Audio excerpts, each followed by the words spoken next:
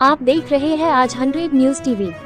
जालौन के कस्बा एट में उच्च शिक्षण संस्थान महारानी बाई इंटर कॉलेज एट में बाल मेले का आयोजन किया गया। आज 14 नवंबर चाचा जवाहरलाल नेहरू के जन्म दिवस पावन अवसर पर छात्र एवं छात्राओं द्वारा विभिन्न कार्यक्रमों का आयोजन किया गया, जिसमें विभिन्न खेल प्रतियोगिता जैसे कबड्डी, क्रिकेट, चित्रलेखा, निबंध लेखन, बाल कीड़ा दौड़, भाषण प्रतियोगिता जैसी प्रमुख क्रियाओं का क्रियान्वयन किया गया। इस मौके पर मुख्य अतिथि माननीय सुरेंद्र पाल सिंह, प्रबंधक कल्याण सिंह महाविद्यालय राष्ट्रीय अध्यक्ष, अखिल भारतीय क्षत्रिय महासभा उत्तर प्रदेश अध्यक्ष, छात्र एवं छात्राओं को अपने संबोधन में कहा, ज्ञान को अपना मित्र बनाने और साहस के साथ अपने लक्ष्य की ओर बढ़ने की प्रेरणा दी। इस मौके पर सुरेंद्र पाल सिंह, प्रबंधक कल्याण सिंह महाविद्यालय राष्ट्रीय अध्यक्ष, अखिल भारतीय क्षत्रिय महासभा उत्तर प्रदेश प्रदेश अध्यक्ष एवं बिहारी लाल पत्रकार व एवं प्रधानाचार्य अशोक कुशवाहा, जूनियर प्रधानाचार्य मनोज कुमार कुशवाहा और अध्यापक दिनेश कुशवाहा, जीतू सलमान, अनिल प्रशांत, मुकेश, महेंद्र आदि अध्यापक, अध्यापिका एवं छात्र छात्राएं मौजूद रहे।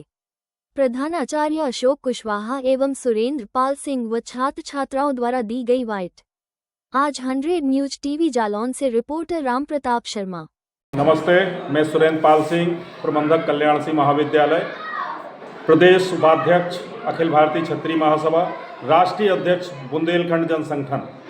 अच्छा सर, आप बताएंगे महारानी लक्ष्मीबाई इंटर कॉलेज में जो आज बच्चों द्वारा लगाए गए मेले के संदर्भ में आप क्या कहेंगे, इससे बच्चों को क्या शिक्षा मिलती है? देखिए, ये 14 नवंबर का जो उत्सव मनाया जाता पूरे भारतवर्ष में, ये एक अपने आप में शिक्षा जगत और बच्चों के लिए एक अपूर्व व्यवस्था है। इससे बच्चे एक तो नए सृजन को सीखते हैं, बच्चों में बाजारिक गुण पैदा होते हैं और उनको सबसे बड़ी समझ ये आती है कि हमें पैसे का मूल्य समझ में आता है। अपना सामान बेचते हैं, यहीं जब वो अपने हाथ से बनाते हैं और बेचते हैं तो एक उत्साह बढ़ता है और क्रिएटिविटी बढ़ती है, बच्चों के आत्मविश्वास बढ़ता है।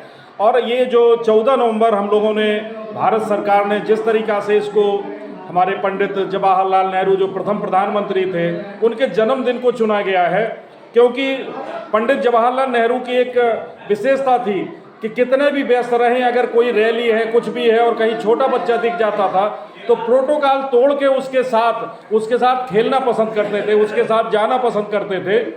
तो इसको ध्यान में रखते हुए पंडित जवाहरलाल नेहरू जी के उस जन्मदिन को, जो हमारा चिल्ड्रन डे के रूप में हमने मनाना शुरू किया, और उस पे जो आज समाज में व्याप्त तमाम कुरीतियों उनको तोड़ते हुए, क्योंकि हम देख रहे हैं कि शिक्षा एकमात्र ऐसी व्यवस्था है जिसमें हम किसी भी तरीक़ा से समाज को जोड़ने का काम करते हैं, जबकि आज राजनीतिक विध्वंसता और इतनी बढ़ती चली जा रही है जिसमें जाति, धर्म, पंथ में हम बढ़ते चले जा रहे हैं। स्कूल एकमात्र ऐसी छत होती है जो जाति और धर्म और पंथ के ऊपर उठ करके हम बच्चों को शिक्षा देते हैं। आज यहाँ आप देख रहे होंगे, कोई ये नहीं पूछ रहा है कि इस स्टॉल में किसकी जाति का नाम लिखा है या नहीं लिखा।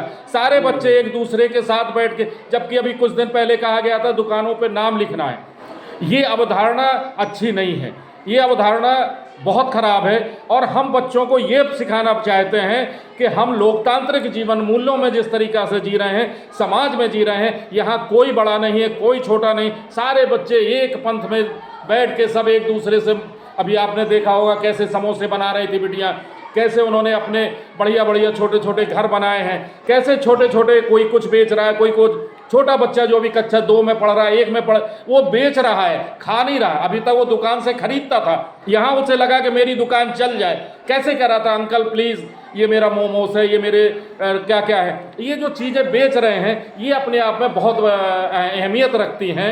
और ऐसे मेले या ऐसे आयोजन मैं समझता हूँ समाज में भी होने चाहिए और लोगों को बाहर निकल करके इनको करना चाहिए। ये सिर्फ उस एक तारीख विशेष नहीं रहनी चाहिए, बल्कि ये आने वाले समय के लिए इसे गांव में, समाज में हर जगह ऐसे मेले लगें जिससे कि ये सामाजिक ताना बाना टूटे और लोग भारत के लोकतंत्र को समझें और एक व्यवस्था को समझें और शिक्षा के आगे जीवन को जाने कि शिक्षा का महत्व क्या होता है। और सर आप ये बताएं, आपने पूर्व में जो बुंदेलखंड पुनः निर्माण के लिए यात्रा निकाली थी, उसमें आपने बंद क्यों कर दिया, उसमें क्या हुआ? नहीं, देखिए, कोई भी यात्रा या कोई भी जागरण बंद नहीं होता है।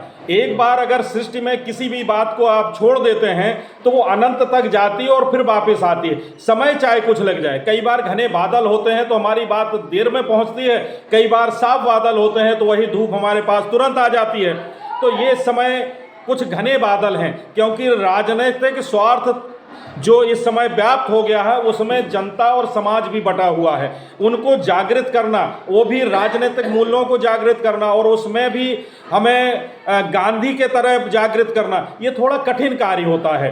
क्योंकि सरल कार्य ये होता है कि हम आंदोलन कर रहे होते तो सरल है, जहां आंदोलन होते हैं वहां लोग तुरंत पहुंच जाते हैं कि भीड़ जुटाई मारपीट करना। नहीं, मेरा ये उद्देश्य, मेरा घर घर जाके लोगों को बताना है कि बुंदेलखंड राज्य आपके लिए क्यों जरूरी है। और वो मेरा काम चल रहा। अभी हमने कुछ दिन पहले प्रधानमंत्री को खत लिखे थे, सारे स्कूलों से बिटियों से खत लिखवाए गए और उन्होंने जाके वो वहाँ प्रधानमंत्री कार्यालय तक हमने भेजे हैं। हमें विश्वास है कि 2026 के निकलते निकलते हम बुंदेलखंड राज्य बना लेंगे और उसको हमारा जो शासन या प्रशासन है हम उससे भी लगातार बात कर रहे हैं और जागृति आई है। अभी देखा होगा आपने उत्तर प्रदेश की विधानसभा में हमारे बुंदेलखंड के सारे विधायकों को मैंने बाध्य किया कि आप जाकर के अपनी बात करें। उन्होंने बुंदेली में अपनी बात की और बुंदेलखंड राज्य के लिए जय बुंदेलखंड का नारा लगाया। उनके आला कमान कुछ नाराज भी हुए होंगे, उससे मुझे फर्क नहीं पड़ता। मेरा अब अगला मिशन है, जितने सांसद हमारे क्षेत्र के हैं मैं उनको जाके बात कर रहा हूँ। आज से कल मैं 1 से 2 दिन में मैं अपने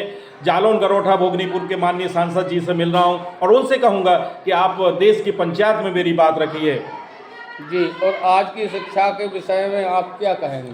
शिक्षा के विषय में आप देख ही रहे हैं जिस तरीका से इस समय शिक्षा का नवाचार चल रहा है और ये नवाचार में शिक्षा में एक महती कमी महसूस हो रही है और वो ये हो रही है कि लोग अभी तक क्या होता था, शिक्षा जो बनाई जाती थी वो समाज के उद्देश्यों को देख कर बनाई जाती थी, व्यवस्था को देख के।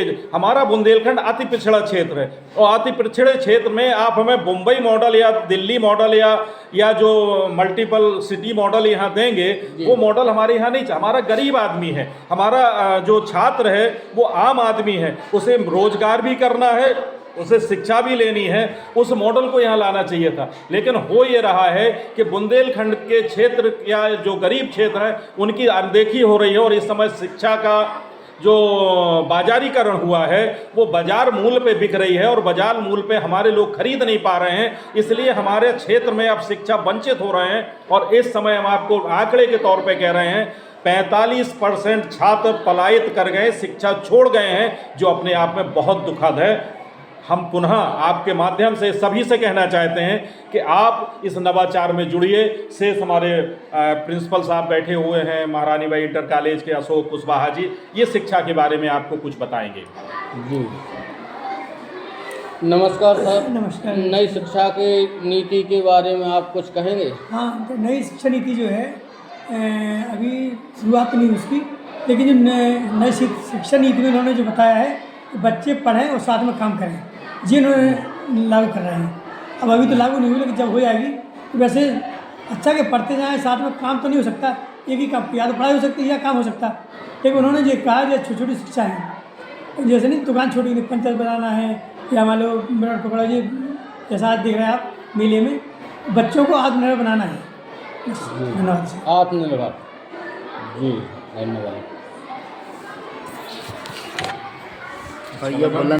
नाम है तुम्हारा? प्रियांशी गौतम। स्कूल का नाम?